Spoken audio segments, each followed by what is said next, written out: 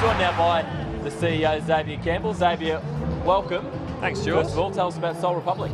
Yeah, well, it's a new partnership for the football club. Soul Republic, one of the great headphone companies worldwide, and for us, it's a pleasure to have them on board for the next 2 years at least. Really excited. We heard you up on stage there, but just if you could quickly reflect on season 2017 from a whole club point of view, how would you sum it up?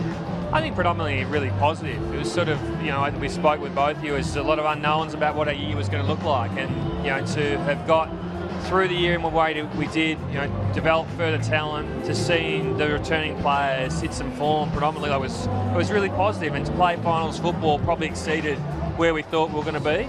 But the challenge now is obviously to win finals football and develop a game plan capable of doing that, and that's exciting.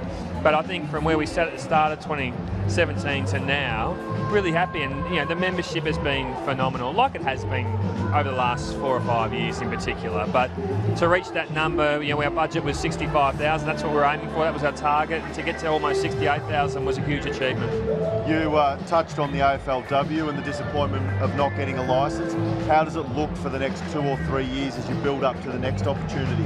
Yeah, it doesn't, although we're disappointed and frustrated, it doesn't dampen our enthusiasm to keep growing, investing in girls and women's football. It's a really important part of our strategic plan for the next 5 years, and it's just for clubs saying that everyone matters, it has to be essential to our goal.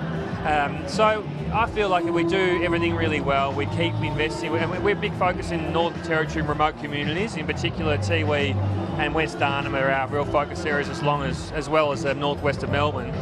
We'll try and get that football to a level that by middle of next year, the AFL Commission hopefully have no choice but to say, we want Essendon in the competition in 2021. I imagine already there's been great inroads made up in the Northern Territory already. Yeah, there is. I mean, we've obviously had a strong presence for many years, and Sheaves was a pioneer. Having Longy obviously come from a remote community and others has been really important to that. And yeah, we've spent a lot of time up there this year. I know I've been up there 4 or 5 times this year, establishing further relationships. It's not just about football, it's about social outcomes, community outcomes in those regions as well. It's about providing pathways and opportunities that they wouldn't normally have, and that's it's a real goal of our football club. So now some talk about further development out of the football club. Feels like yesterday the club just moved in.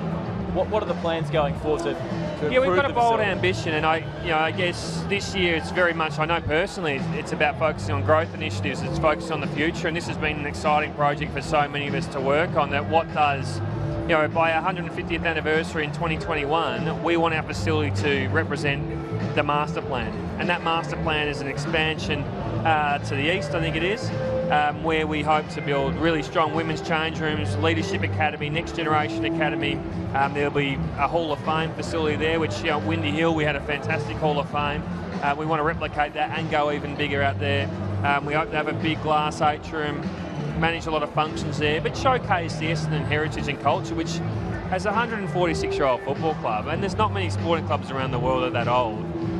We want to put that on display, and we want to ensure we cater for the growing big markets like women's sport that are going to be the future of our football club. Is the intention to eventually play AFLW at the facility and VFL for the men? Yeah, I think we'd like to do a bit of that. I don't think we want to play all of our VFL there. Certainly Windy Hill is still, spiritually such an important part of our culture, of our club, and that's, it's important we still retain a presence there. But getting the Tullamarine site to a position where we increase facilities, we increase seating areas, increase car parking, all that sort of thing.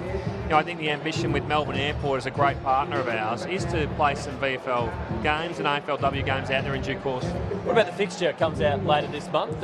What can Bomber fans expect? Obviously there wasn't many Friday night games this year, which was probably understandable. What's your expectation for some of those big slots for next season? Yeah, well, I think, obviously commercially it will be a more favourable fixture. Just the numbers, we had over 1 million fans attend our games this year. Our broadcast audience was significant. We play an exciting brand, and we've got to continue to develop the brand of football we play. But, I think naturally you're going to see a lot more prime time games for Essendon next year, and that includes Friday night football, probably includes some Saturday night.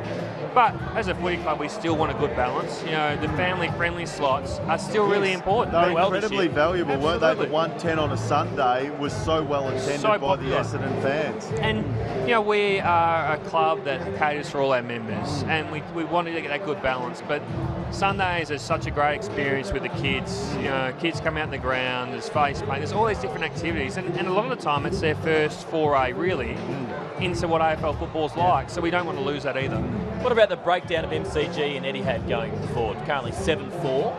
Do you see that changing anytime soon? We'd like that to change. We've made that known to the AFL now, and we'd probably like at least another game at the MCG is a home game. Our supporter base are very supportive of both Etihad and the MCG, but the MCG is a blockbuster venue. It's the home of football, it's where finals are played, so for us, probably having a greater presence there, we know we're going to play a lot of games there because of our arch rivals and the size of crowds and everything else like that, but personally, as a football club, we probably want at least another home game there. Well, you'll need it because Sheeds has set the lofty ambition of 100,000 members.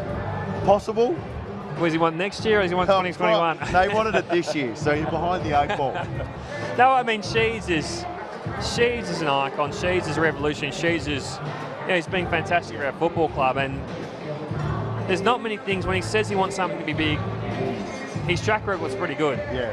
And, he talks about bold and great ambitions, and Anzac Day is one of the most iconic games in the football calendar. Dreamtime has done exactly the same. His country game has gone from 45,000 to 60,000 in 1 year, and next year may get to 70,000. This year we've got to nearly 70,000 members. Who knows what next year looks like, and 100,000 is possible. Yeah. Round one's getting a lot of mentions when people are asked about the highlight from this season. Is there a couple of moments for you that particularly stand out?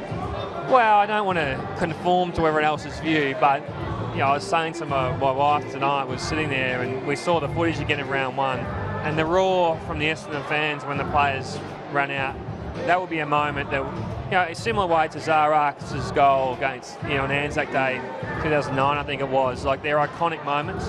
For me, the iconic moment was just that roar and that feeling and the emotion in the stadium. That was a fantastic game. So, that's special. It's there's other, for me, I guess, I'm in the inner sanctum all the time. Listening to Joe talk about announce his retirement and knowing how comfortable he was, that was a great moment. It was, as disappointing as it was, he's retiring. He was comfortable in his decision. Things like that are really, they stick with me probably. And going into next year, I know it's only early and we've got the trade period and drafts to go through, but what sort of expectation do you put on the team on field for next season? I haven't probably sat down with John and the group to really start to work through that. I guess for us, without being specific about where I think we can get to, it's probably establishing a good balance between offensive and defensive game plan, and that's what I know John's very keen to do that. And that consistency in performance. You see that Richmond did it exceptionally well, minus 1 or 2 games. They, did it really well. Adelaide, similarly, clearly the sides that get there are the sides that have that ability to dial up, dial it down their game plan, but also have the consistency and the trust, and that's what we want to get to, and that's what we're working on. Well, Xavier, congratulations on the year. Let's hope there's more finals footy and some finals victories next year, and good luck in the next 3 or 4 weeks. It's a very busy time for the footy club. Thanks, Jules. Thanks, Scotty. Thanks to all the fans who are out there.